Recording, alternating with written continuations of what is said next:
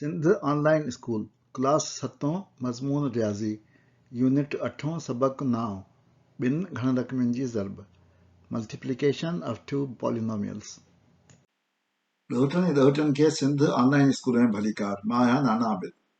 ॿार हिन सबक में असां ॿिनि पॉलिनोमियल्स जी पाण में ज़रब करण जो तरीक़ो सिखंदासीं। असां ॿ मिसाल हल कंदासीं। हिकिड़े में असां हिकिड़े बाइनोमियल खे हिकिड़े ट्राइनोमियल सां ज़रब कंदासीं ऐं ॿिए मिसाल में ॿिनि ट्राइनोमियल्स खे पाण में ज़रब कंदासीं। ऐं उन तरीक़े सां असां भली केतिरा बि टर्म्स वारा पॉलिनोमियल्स हुजनि उन्हनि खे असां पाण में ज़रब करे सघूं था। वठंदासीं उन में हिकिड़े ट्राइनोमियल खे हिकिड़े बाइनोमियल सां मल्टीप्लाई कंदासीं। इहो मिसाल असांजे एक्सरसाइज़ 8.3 जो क्वेश्चन 5.5 आहे। हिन खे असां ॿिन्ही तरीक़नि सां हल कंदासीं। असां हिन खे उफ़क़ी तरीक़े सां बि कंदासीं ऐं हिन खे उमूदी तरीक़े सां बि, यानी ॿई हॉरिज़ॉन्टल ऐं वर्टिकल मेथड सां इस्तेमालु कंदासीं। अचो त असां पहिरीं हिन खे हॉरिज़ॉन्टल मेथड सां हल कयूं। हॉरिज़ॉन्टल मेथड सां हल करण लाइ असांखे ख़बर आहे त हिकिड़े पॉलिनोमियल खे ॿिए पॉलिनोमियल जे हर हिकु टर्म सां मल्टीप्लाई करणो हूंदो आहे। पोइ या त असां हिन जे हर टर्म खे हिन सां मल्टीप्लाई कयूं या हिन जे हर टर्म खे हिन सां मल्टीप्लाई कयूं। यानी असां कीअं करे सघूं था, या त असां हिन खे हिकिड़ो पॉलिनोमियल सम्झूं ऐं हिन जे हर टर्म खे अलॻि अलॻि करे हिन सां मल्टीप्लाई कयूं। ॿियो तरीक़ो छा थी सघे थो? ॿियो तरीक़ो इहो थी सघे थो त असां हिन सॼे खे गॾु वठूं ऐं हिन खे बि हिन सां मल्टीप्लाई कयूं ऐं हिन खे बि हिन सां मल्टीप्लाई कयूं। हाणे जेको असां पहिरियों तरीक़ो वठो उन में असांखे 3 ब्रेकेट्स मिलंदियूं, ठीकु आहे न, जेके असांखे सॉल्व करणियूं आहिनि। पर ॿिए तरीक़े में असांखे मिलंदियूं 2 ब्रेकेट्स। सो असां जेको आहे उहो 2 ब्रेकेट्स वारो तरीक़ो इस्तेमालु कंदासीं जीअं असांखे सवलाई थिए। कयो त असां हिन खे हिकिड़ो सॼो फुल एक्सप्रेशन वठंदासीं ऐं हिन जे हर टर्म खे हिन सां मल्टीप्लाई कंदासीं। सो अचो त असां इहो अमल कयूं। सभिनी खां पहिरीं मां लिखंदुसि हाणे a² ऐं जेको मूं एक्सप्रेशन ॿियो वरितो हो उन खे सॼे खे मां ब्रेकेट में लिखी छॾींदुसि a² - 2a² b + 2b²। उन खां पोइ निशानी ॾींदुसि कहिड़ी, जेका हिते आहे, छो त हाणे मूंखे ॿिए टर्म सां मल्टीप्लाई करणो आहे। ॿिए टर्म में निशानी माइनस आहे, उनजे करे माइनस ईंदी मुंहिंजी निशानी, ऐं हिते b² टर्म आहे उहो मां एज़ इट इज़ लिखंदुसि -b²। ऐं वरी जेको पहिरियों टर्म आहे, पहिरियों सॼो एक्सप्रेशन आहे, उन खे हिन टर्म सां मल्टीप्लाई कंदुसि, यानी पहिरियों सॼो एक्सप्रेशन वरी लिखंदुसि। सो उहो एक्सप्रेशन मां लिखां पियो थो जेको आहे a² - 2a² b + 2b²। हाणे असां वटि छा अची वियो? हाणे असां वटि ईअं थियो ॼण त हिकिड़ो मोनोमियल आहे, उनखे ट्राइनोमियल सां ज़रब करणी आहे। हिकिड़ो ॿियो मोनोमियल आहे, उनखे हिन ट्राइनोमियल सां ज़रब करणी आहे। इहो त असां सिखी आया आहियूं, इहो त असांखे आराम सां करणु थो अचे। सो अचो त असां हिनखे कयूं था हाणे। सो अहिड़ी तरह असां हीअ ॾिंगी खोली ऐं हीअ ॾिंगी खोली त असां वटि एक्सप्रेशन आयो a⁴ - 2a⁴ ऐं b + 2a² ऐं b²। उन खां पोइ -b² आयो आहे, उन सां मल्टीप्लाई करिणो आहे, त उनजे करे मुंहिंजी निशानियूं सभिनी जूं माइनस थी वेंदियूं, छो त सभिनी जे साम्हूं जेके निशानियूं आहिनि उहे मटिजी वेंदियूं, उबतियूं थी वेंदियूं। हिनजी माइनस थी वेंदी, हिनजी प्लस थी वेंदी, हिनजी माइनस थी वेंदी। सो मूं वटि आयो -a² b² + 2a² ऐं b³ थियो, 2 ऐं 1 3 b³ थियो, ऐं -2b⁴ 2 हिते ऐं 2 हितां। सो अहिड़ी तरह मूं वटि एक्सप्रेशन आयो। हाणे मूंखे ॾिसणो आहे त हिन एक्सप्रेशन में छा कुझु अहिड़ियूं टर्म्स आहिनि जेके लाइक टर्म्स आहिनि, जिन खे मां गॾे सघां। सो अहिड़ी तरह मूं ॾिठो त सिर्फ़ु ही 2 टर्म्स जेके आहिनि उहे लाइक टर्म्स आहिनि, छो त हिन में ॿिन्ही में जेके वेरिएबल्स आहिनि उहे हिकु जहिड़ा आहिनि। हिन में a² b² आहे, हिन में a² b² आहे। हिकु जहिड़ा जो मतिलबु त उहे साॻा हुजनि ऐं उनजा पावर्स बि साॻा हुजनि, उनजूं सघूं बि साॻियूं हुजनि। सो हिननि ॿिन्ही में सिर्फ़ु हिकु जहिड़ा ई आहे, इहे हिकु जहिड़ा आहिनि। हाणे मां हिनखे सिंप्लीफाई कंदुसि, हिननि ॿिन्ही खे गॾींदुसि त +2 ऐं -1 जेको आहे उहो थींदो मुंहिंजो +1, ऐं बाक़ी टर्म्स एज़ इट इज़ रहंदा, जिन खे मां हाणे लिखी छॾींदुसि। अहिड़ी तरह टर्म जॾहिं गॾु कयमि त मूं वटि आयो a rays to power 4 minus 2 a rays to power b a rays to power 4b plus a square b square plus 2a square b cube minus 2b raise to power 4 ऐं इहो ई असांजो आंसर आहे।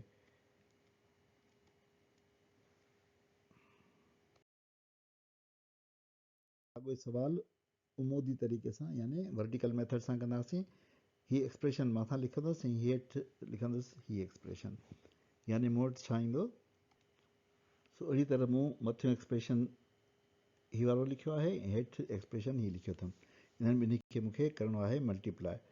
सो हाणे मां छा कंदुसि त सम्झंदुसि त ही टर्म आहे ऐं ही टर्म आहे ई कोन, यानी हिन ॿिए टर्म खे मां लिकाए छॾींदुसि, यानी इस्तेमालु कंदुसि मां रुॻो हिन पहिरें टर्म खे ए स्क्वायर वारे टर्म खे मां इस्तेमालु करे ऐं मल्टीप्लिकेशन कंदुसि। त मूं वटि छा जवाबु ईंदो,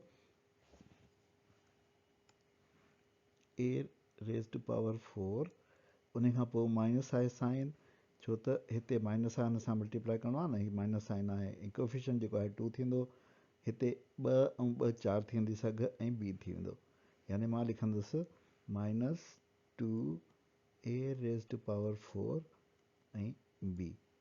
उन खां पोइ अॻियां टर्म ते ईंदुसि, साइन मुंहिंजी प्लस थींदी, कोफिशिएंट थींदो 2 ऐं वेरिएबल थींदो a स्क्वायर b स्क्वायर।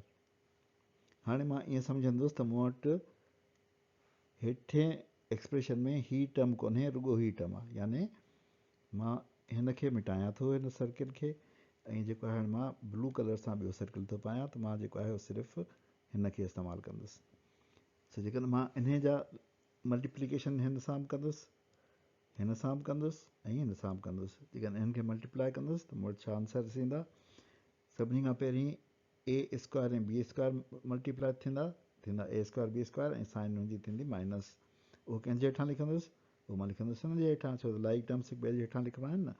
सो मां लिखां थो हिते minus a square b square, उन खां पोइ मां मल्टीप्लाई कंदुसि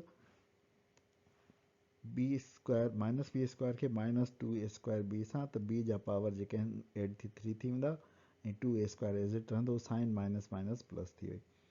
सो उहा मां लिखंदुसि साइन थी वई प्लस, कोफिशिएंट रहियो 2a स्क्वायर ऐं b क्यूब। उन खां पोइ हाणे मूंखे b स्क्वायर ऐं 2b स्क्वायर खे मल्टीप्लाई करिणो आहे, पर हिते माइनस साइन आहे, हिते प्लस साइन आहे, सो साइन मुंहिंजी जवाब में थींदी माइनस, छो त ॿई अनलाइक साइंस आहिनि, इन करे जवाबु हमेशह अनलाइक साइंस में माइनस थींदो आहे। माइनस कोफिशिएंट थींदो 2 ऐं b जो पावर थींदो 4। हाणे मूंखे इन्हनि ॿिन्ही खे सादो करिणो आहे,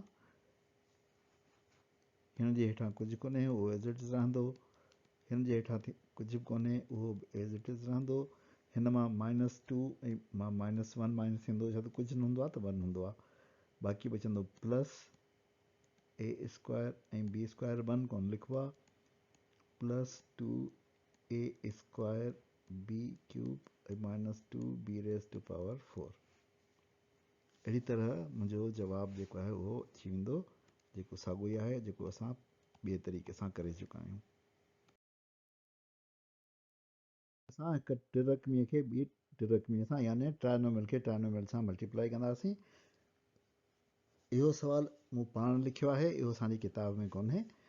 सभिनी खां पहिरीं असां हिनखे कंदासीं वर्टिकल मेथड सां यानी उमूदी तरीक़े सां। मूं ॿ एक्सप्रेशन्स हिक ॿिए जे हेठां लिखिया आहिनि। हाणे मूंखे छा करिणो आहे, जो सभिनी खां पहिरीं तसवुरु करिणो आहे त मूं वटि रुॻो ही टर्म आहे ऐं ही ॿ टर्म्स कोन्हनि, ऐं मूंखे पोइ मल्टीप्लिकेशन करणी आहे, यानी मूंखे छा करिणो आहे, हिन ॿिन्ही खे ज़हन में लिकाए छॾिणो आहे।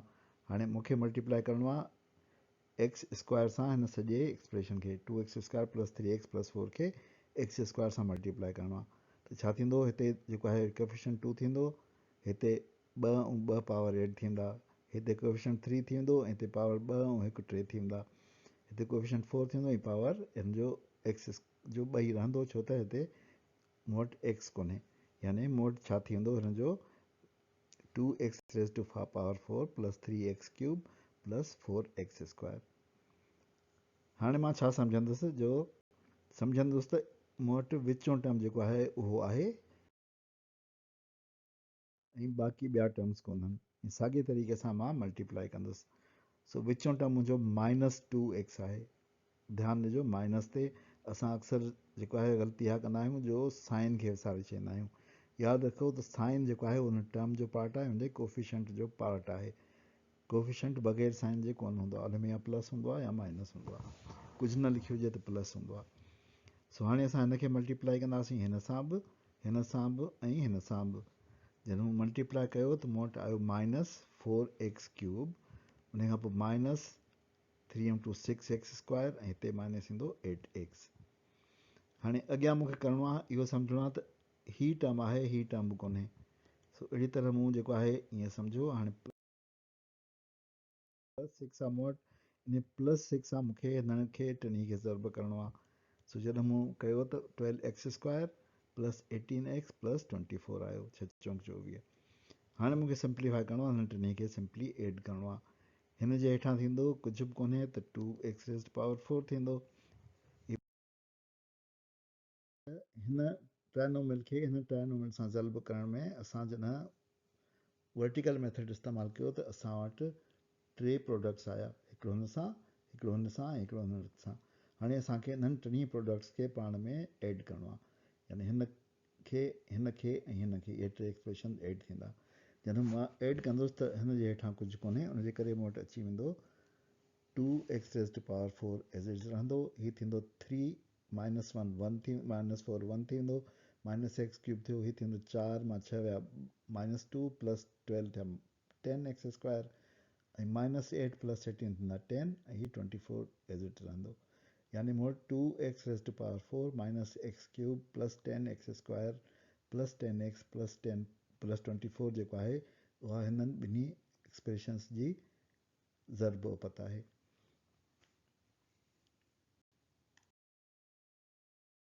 असां साॻियो सवाल हॉरिज़ॉन्टल तरीक़े सां बि कयूं।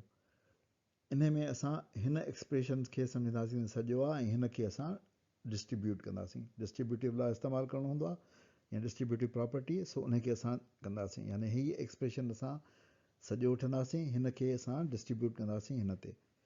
यानी असां हिन खे हिन सां ज़र्ब कंदासीं सॼे सां, हिन टर्म खे बि हिन सॼे सां ज़र्ब कंदासीं, ऐं हिन टर्म खे बि हिन सॼे सां ज़र्ब कंदासीं।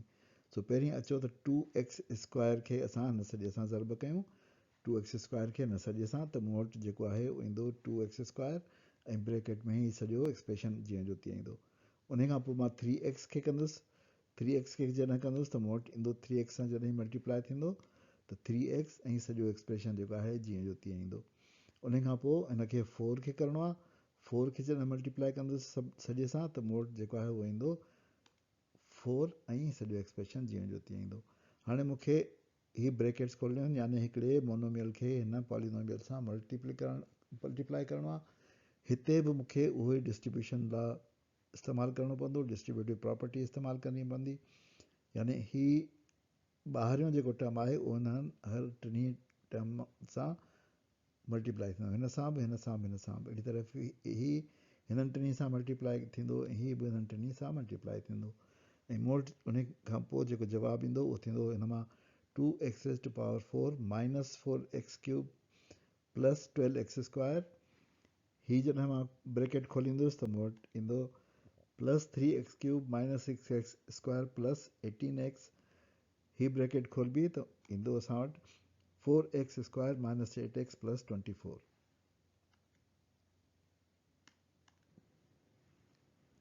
हाणे असांखे हिननि मां हिकु जहिड़ा टर्म्स गॾु करे ऐं सिंप्लीफाई करिणो आहे। 2x⁴ जहिड़ो टर्म असांखे को नथो नज़र अचे। जेके हिकु जहिड़ा आहिनि उनखे मां अंडरलाइन कयां थो, 4x³ आहे ऐं 3x³ आहे।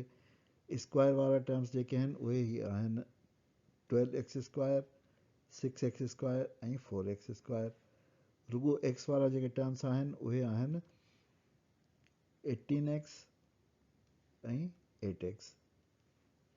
सो अहिड़ी तरह मां हिनखे लिखी सघां थो। मां जॾहिं कंबाइन कंदुसि हिकु जहिड़ा टर्म त हिन मां मूंखे मिलंदो -4 ऐं +3 -1 थी वेंदो। अहिड़ी तरह x² वारा जेके आहिनि +12 -6 थींदा 6 थींदा, 6 ऐं +4 थींदो 10, एक्स वार थींदा 18 माइनस 8 उहो थींदो 10, यानी मोट जेको आंसर ईंदो उहो थींदो 2x rays to power 4 minus x cube plus 10x square plus 10x plus 24। ॿार उन ते असां पंहिंजे अॼोके सबक जी पुॼाणी था कयूं। नाना आबिद खे इजाज़त ॾियो, वरी ॿिए सबक में मिलंदासीं। ख़ुदा हाफ़िज़।